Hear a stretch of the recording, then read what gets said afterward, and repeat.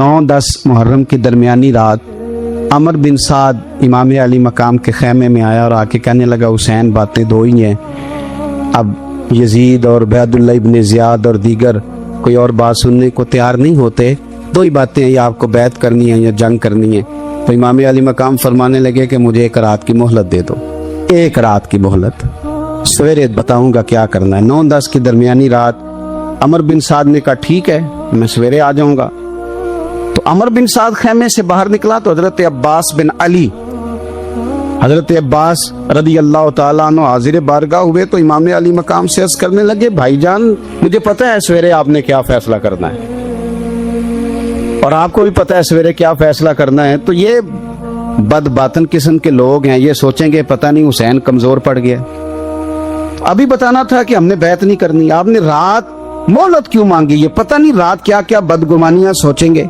फैसला तो सवेरे भी वही होना है और अब भी वही होना है कि हम यजीद की बैत करने को तैयार नहीं है, तो आप ये भी बात कर देते। तो इमाम हुसैन फरमाने लगे, अब्बास तेरा क्या ख्याल है, मैंने सोचने के लिए टाइम लिया है, तेरा क्या ख्याल है कि मैंने कोई नए राह तलाश करनी है, कोई मुझे और किसी फौज के पहुंच जाने की उम्मीद है? कहा नहीं, मुझे कुछ भी नहीं करना, ना कुछ सोचना है, फैसला भी वही है जिसका तुझे पता है। लेकिन भाई ये आखिरी रात बची है, कल हुसैन दुनिया से जाएगा, आखिरी रात बची है, दिल करता है कि आज की रात ना मैं रज रज के अपने रब को सजदे करूं, मैं जी भर के उसकी इबादत करूं, ये पेशानी उसके हुजूर नाज झुके। और यार हुसैन इब्न अली तो एक रात बकायदा बचाए कि मैंने अल्लाह के हुजूर हाजिरी देनी है और तू सारी रातें ज़ाया कर देता है। वतन छोड़ना है हुसैन को। इमाम अली मकाम ने कहा कि हिजरत की थी ना, हुजूर ने भी वतन छोड़ा था।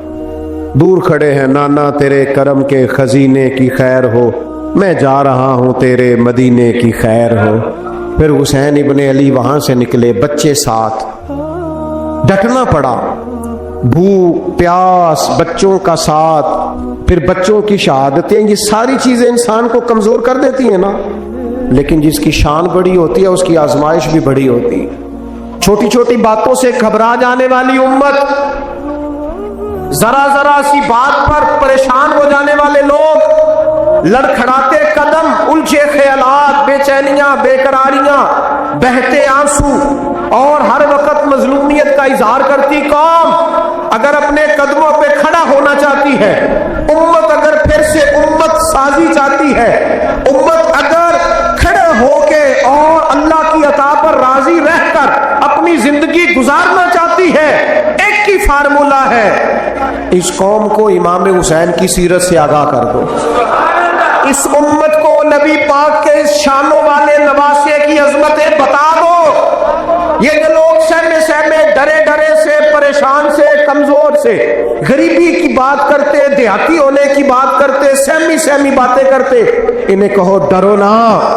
वो देखो परदेश में हुसैन इब्ने अली थोड़ी देर पहले हजरत अली अकबर की लाश मुबारक उठा के लाए हैं और ला करके खैमे में रखी है, लेकिन उन्हें पता है कल भी तो जाना है ना, उन्हें पता है ना कितने कुछ साल जीना है, बिल आखिर जाना तो है ना। जिस धज से कोई मक्तल में गया वो शान सलामत रहती है, इस जान की कोई बात नहीं, ये जान तो आनी जानी है, मौत बिस्तर पे भी आ जाया करती है, लेकिन जो मैदानों में डट के रहते हैं उनको तारीख जरा जिंदा रखा करती है। कमजोर जिंदगी ना गुजारो, डरी हुई जिंदगी ना गुजारो, और ये कभी ना कहो हाय हुसैन। हम हाय हुसैन वाले नहीं, हम वाह हुसैन वाले हैं।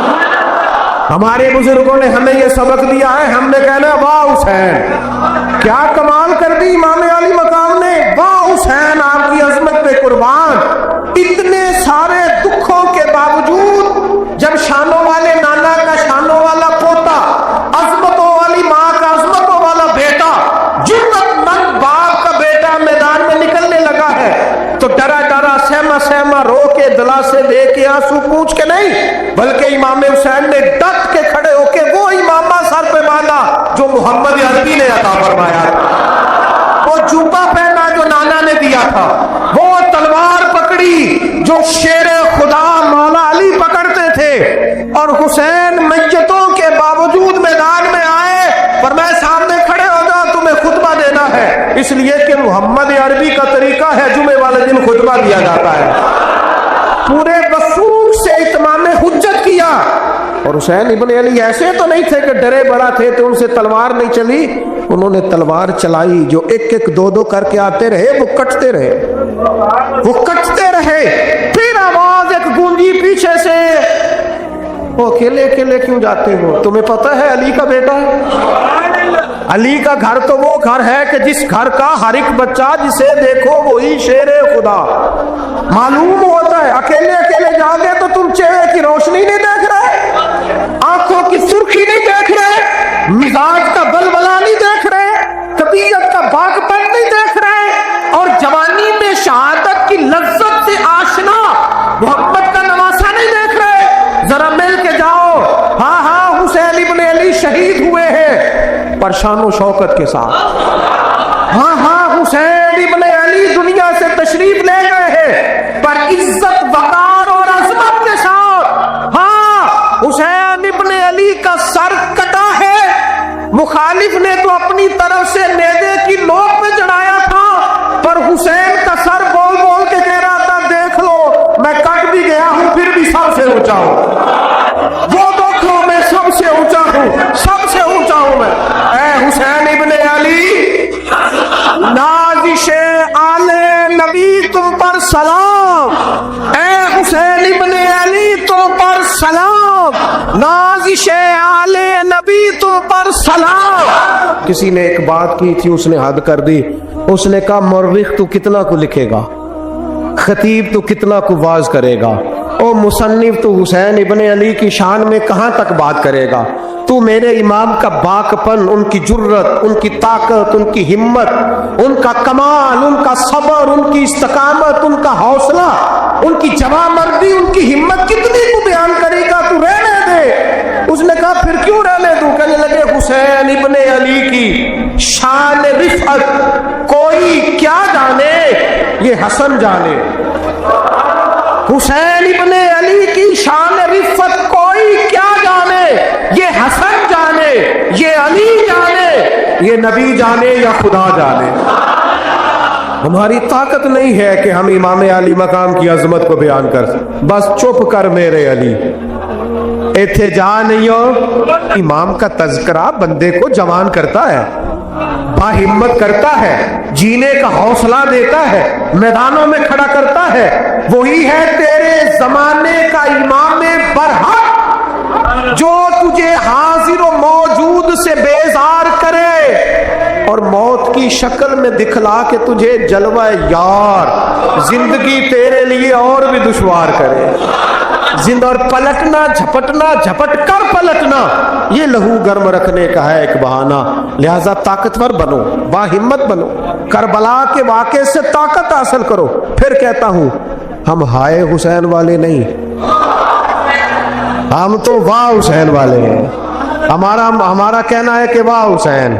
اے حسین ابن علی تم پر سلام، نازش آل نبی تم پر سلام. ہم کہہ رہے واہ حسین، واہ حسین، واہ حسین، واہ حسین، یا حسین، واہ حسین، یا حسین، واہ حسین، واہ حسین، یا حسین، واہ حسین. اپنے مزاج میں طاقت پیدا کرو. اپنے بچوں کو یہ قوت ارادی، قوت فیصلہ آنے والی نسل کو منتقل کریں. یہ ہمت، جذبہ. امام حسین نے وطن چھوڑا، کوئی لغزش نہیں پیروں میں، کوئی نہیں. شہزادوں والی زندگی تھی. مسجد نبوی کے امام تھے. نبی کریم علیہ السلام کے روضہ اطہر پر تشریف رکھتے تھے. زمانہ حیا کرتا.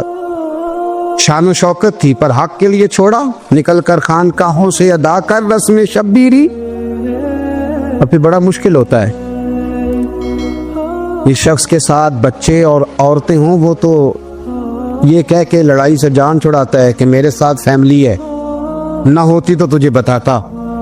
پر امام حسین کو اولاد بھی کمزور نہیں کر سکی. عورتوں کا ساتھ ہونا کمزور نہیں کر سکا. پر امام علی بھوک کتنا مشکل کام ہے. آج لوگ کہہ نہیں دیتے کہ میں تو اس لیے گناہ کرتا ہوں کہ رشوت اس لیے لے لیتا ہوں کہ بچے چھوٹے ہیں. 10 दिनों की कमो बेच सफर, 3 दिनों की भूख और प्यास, पर हक के रास्ते में इमाम हुसैन को कोई चीज कमजोर नहीं कर सकी। और फिर वो जितनी बातें लोग कह सकते थे वो सारी कहीं गई, सारी। और आके अर्ज करने लगा, हुजूर ये कोई मामूली दुश्मन नहीं, ये वो जालिम है जो लाशों पे भी घोड़े दौड़ा देते। तो इमाम अली मकाम फरमाने लगे, जो शहादत का जज्बा लेके निकले वो फिर अंजाम नहीं देखा करता। वो अंजाम, वो जितनी चीजें जो इस्तकामत के रास्ते में आ सकती हैं वो सारी चीजें रास्ते में आई, पर इमाम अली मकाम ने किसी चीज की परवाह नहीं की। आज का मसला ये है कि आज लोगों में इस्तकामत नहीं है। रात को कुछ होते हैं, सवेरे कुछ होते हैं, दोपहर को कुछ होते हैं, शाम को कुछ होते हैं। हमारा कल अंदाज़े तकल्लुम कुछ और होता है, सुबह कुछ और होता है। इमाम अली मकाम मैदान में रहे, एक मैयत घर में हो जाए तो कई दिनों तक आंख खुलती नहीं, होश रहता नहीं। सबसे ज्यादा मसाइब इमाम हुसैन ने देखे, सबसे ज्यादा। और घोड़े पर बैठने से पहले पहले सारी तकलीफें आप देख चुके थे। बाप का जनाजा उठाना आसान होता है, बेटे का जनाजा उठाना बड़ा मुश्किल होता है। पर इमाम हुसैन ने बेटों के जनाजे उठाए। हजरत अली असगर की लाश को इमाम हुसैन ने अपने दस्ते मुबारक से दफन किया। और जनाब अली अकबर की मैयत को जब आप उठा के ला रहे थे तो सैयदा ज़ैनब फरमाती हैं कि मुझे यूं कभी लगता था हुसैन का कद बड़ा है और कभी लगता था अली अकबर का कद बड़ा है। और फरमाती हैं कि फिर हजरत कासिम बिन हसन को भी वो उठा के लाए और जनाब अब्बास के वजूद से अलग होने वाले बाजू उन्होंने ला के हजरत अब्बास के वजूद के साथ भी रखे। उन्होंने ये सारा मंजर देखा। लेकिन जब हुसैन इब्ने अली अपनी दफा घोड़े पे सवार हुए तो लगता ये था कि इनसे ज्यादा बहादुर कोई नहीं। एक जुमला भी यजीदी फौज के सामने इमाम हुसैन ने कमजोर नहीं कहा, एक जुमला भी, एक फिक्रा भी कच्चा नहीं बोला, कहीं भी कोई मिन्नत नहीं की, किसी जगह भी उनके पाए इस्तकलाल में कोई लग़ज़श नहीं आई। जब लोगों को पता चल जाए कि अब सामने मौत ही मौत है, सिवाय उसके चारा कुछ भी नहीं, तो बहुत सारी रुखसत और इजाजत तो दीन भी देता है। पर इमाम हुसैन किसी जगह किसी रुखसत पर अमल करते नजर नहीं आते। डट के बात की, डट के। और फिर जब मैदान में निकले, अल्लाह अकबर, तो इब्ने साद कहने लगा कि अगर दो दो करके एक एक करके जाओगे तो ये 45,000 का लश्कर सारा हुसैन काट डालेगा। यक बारगी हमला करोगे तो बात। इतनी इस्तकामत, इतना। आज तो लोग डिप्रेशन के मरीज हैं, आज तो लोग टेंशन के मरीज हैं। हर दूसरी बात में लोग कहते हैं वो बड़ा, पर किस बात से? मतलब क्या आपने जिंदगी में सिर्फ जॉब नहीं मिल रही, सिर्फ बीमारी आ गई, सिर्फ खर्चा नहीं घर में, मैं बड़ा किस बात का डिप्रेशन? इमाम हुसैन की जिंदगी बतलाती है। वो लोग भी कोई दुनिया में कमाल हासिल कर सकते हैं जो छोटी छोटी बात पे रोते हैं। माल भी है, जवानी भी है, घर भी है, मकान भी है, बच्चे भी हैं, इज्जत भी है, सिर्फ पैसे नहीं। और इंसान है कि आंखें नहीं खुल रही, वो समझते हमें किसी काम का ही, फकत पैसे नहीं बस। ओ खुदा के बंदो, इमाम अली मकाम ने फरमाया सारा कुछ लुटा के भी जो मैदान में खड़ा रहे उसे हुसैन इब्ने अली कहा जाता है, उसे हुसैन इब्ने अली कहा जाता है। हुसैन इब्ने अली की शान रिफत कोई क्या जाने, हसन जाने, अली जाने, नबी जाने, खुदा जाने, कौन जाने इमाम अली मकाम का मेयार। तो इमाम हुसैन रज़ी अल्लाह ताला अन्हु की जिंदगी हमें बताती है कि ज़ौक़ वाली इबादत करो। इमाम हुसैन की जिंदगी हमें बताती है कि जब तुम सखावत करो तो फिर अपनी हैसियत से बढ़कर करो। और इमाम हुसैन की जिंदगी हमें बताती है कि दिल में किसी के लिए कोई बात ना रखो, सुलह करने में पहल करो, मोहब्बतें करने में आगे बढ़ो। और इमाम हुसैन की जिंदगी हमें बतलाती है कि जब दुनिया में तुमने कुछ करना है तो फिर डटना भी सीखो, फिर खड़े होना भी सीखो। ये ना देखो कि हालात, इमाम हुसैन ने एक दिन भी हुकूमत नहीं की, यजीद ने 4.5 साल की, लेकिन कयामत तक दिलों पे हुकूमत इमाम हुसैन की रहेगी, इमाम हुसैन की रहेगी, इसलिए कि उनमें इस्तकामत थी। इमाम हुसैन के साथ उस वक्त 72 लोग थे, लेकिन आज कायनात का जर्रा जर्रा इमाम हुसैन के साथ है। मैं अक्सर गुजारिश करता हूँ दोस्तों से, मैं कहता हूँ करबला का वाकया कोई हादसाती नहीं है, इसके पीछे पूरी एक लॉजिक है, इसके पीछे पूरा एक फलसफा है। ऐसे ही कोई आदमी 3 दिन भूखा प्यासा रह सकता है।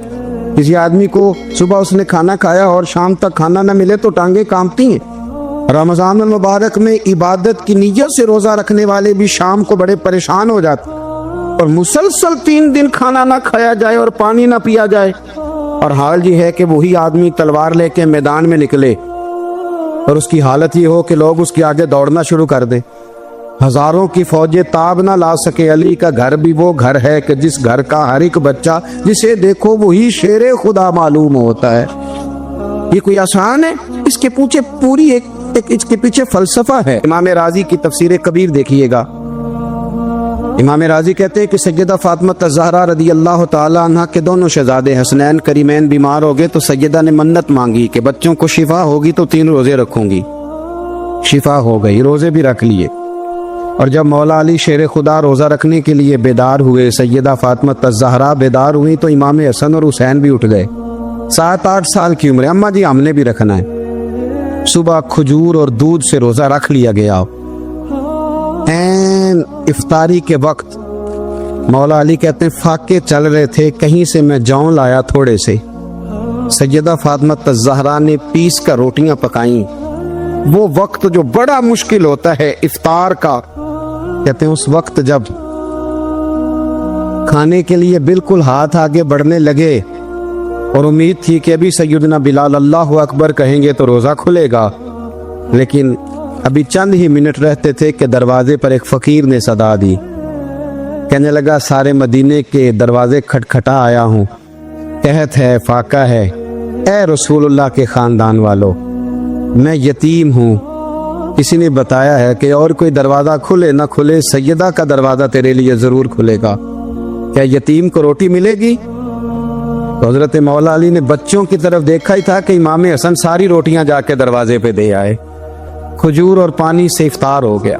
सुबह फिर खजूर और दूध से रोज़ा रखा। इमाम राजी कहते हैं ऐन वो वक्त जब इफ्तार का टाइम आया तो फिर दरवाजे पे किसी ने सदा दी। कहा रसूलुल्लाह के ख़ानदान वालों, मैं मिस्कीन हूँ, रात से रोटी खाई है, न सुबह खा सका न दोपहर। किसी ने बताया है कि इस दरवाजे से खाली कोई नहीं जाता। इमाम हसन ने फिर सारा लंगर उठाया और फिर जाके दे दिया। तीसरा दिन फिर हुआ। मुझे लगता है जब इफ्तार का टाइम आया होगा ना तो ये खुद ही सारे दरवाजे पे देखते होंगे, ये कोई आया नहीं लेने वाला अभी तक। लगता है कि नजरें दरवाजे पे थी। ऐन इफ्तार के वक्त 3 रोटियां जब जौ की पक के आई, एक भिखारी ने सदा दी। कहने लगा मैं कैदी हूँ, आज ही कैद से रिहाई मिली है। पहले दिन किसी के दरवाजे पे सदा मिली है, दी है, रोटी मिलेगी। इमाम हसन वो खाना दे के वापस लौटे। खजूर और पानी से इफ्तार हुआ और जैसे ही मस्जिद नबी में तीनों बाप बेटा नमाज पढ़ने गए तो मौला अली कहते मुझे बताना नहीं पड़ा। रसूल करीम ने मेरी तरफ देख के फरमाया, अली तेरा, फातिमा का, हसन और हुसैन का 3 दिन वाला अमल खुदा को भी बड़ा पसंद आया है और मोहम्मद मुस्तफ़ा को भी बड़ा पसंद आया, बड़ा पसंदीदा अमल। मैं कहता हूँ कि हजरत फातिमा ने ना उनकी तरबियत पहले ही कर दी थी। 3 दिन बगैर इफ्तार के रोजा रखने की वो ट्रेनिंग घर से हो चुकी थी। अब मैदान करबला में 3 दिन भूखा प्यासा रहना उनके लिए मुश्किल नहीं था। वो तो उन बच्चों के लिए मुश्किल होता है जो खाना देर से पकने से बर्तन तोड़ने शुरू कर देते।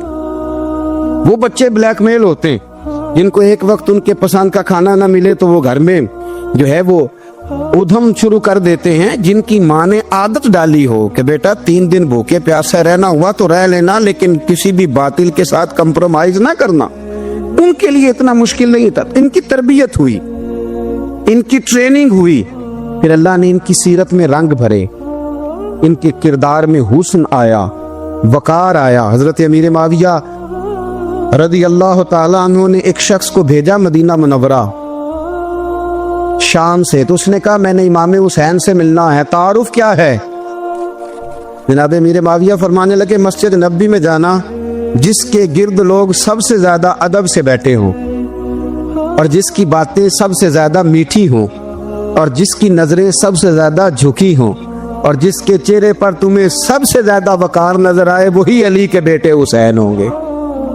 जो सबसे ज्यादा तुम्हें वहां माहौल के अंदर जो शख्स नजर आए, पूछने की जरूरत नहीं पड़ेगी। वो शख्स कहता मैं मदीने आया तो मैंने वाकई एक शख्स को देखा, शहद के गिर्द मक्खियों का इतना हुजूम नहीं होता جتنا इमाम हुसैन के गिर्द रसूलुल्लाह के गुलामों का हुजूम था। लेकिन नजरें झुकी हुई, बातें मीठी, लहजा गुदाज गुदाज, लफ्जों में रानाई। और लोग कई बातें पूछते तो अली के साहबजादे एक का जुमला बोलते तो लगता ये कि वो जुमला सीधा दिल में उतरता चला जाता है। इमाम अली मकाम के किरदार में ना कुछ बातें बड़ी ज्यादा थी, बहुत ज्यादा थी। बड़ा हुस्न था। एक बात तो ये थी, इमाम हुसैन रदी अल्लाह ताला अन्हु का इल्म फजल बड़ा कमाल का था। इमाम हुसैन के इल्म से, फजल से लोग फैज उठाते थे। फिर उसके साथ साथ इमाम हुसैन का ज़ौक़ इबादत बड़ा शानदार था, बड़ा जबरदस्त ज़ौक़। अल्लामा जौज़ी ने लिखा है, वकान अल हुसैन रदी अल्लाह ताला अन्हु फादिलन कसीर सौमे व सलाते वल हज्जे व सदकाते व अफ़आलिल खैर जमीया।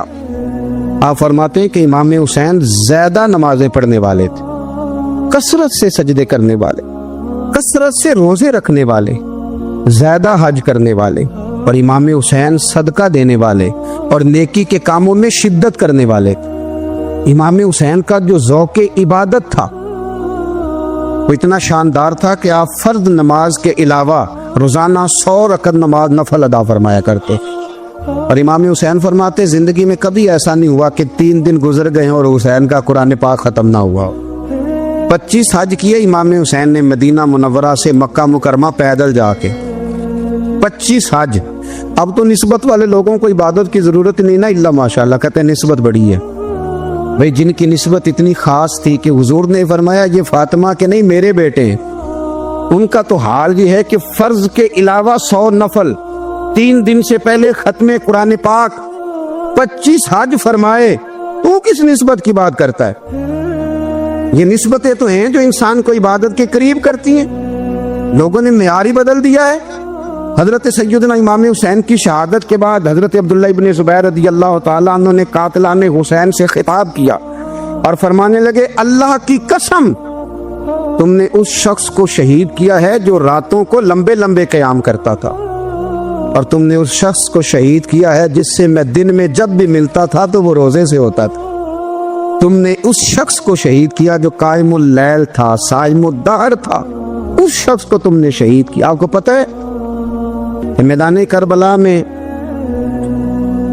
जब 9 मुहर्रम को इब्न साद ने इमाम हुसैन से कहा कि जंग करो, अगर यजीद की बैत नहीं करनी, तो इमाम हुसैन ने फरमाया एक रात की मोहलत दे दो,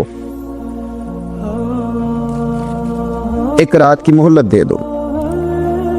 हजरत इमाम ज़ैनुल आबिदीन कहते मैंने अपने वालिद गिरामी से अर्ज की कि अब्बा जी आप जिहाद से दूर जाने वाले तो हैं नहीं, आप तो जिहाद से प्यार करने वाले, और ये भी पता है मुझे कि ये जंग अब हो के रहेगी, तो एक रात की मोहलत देने का माना क्या है?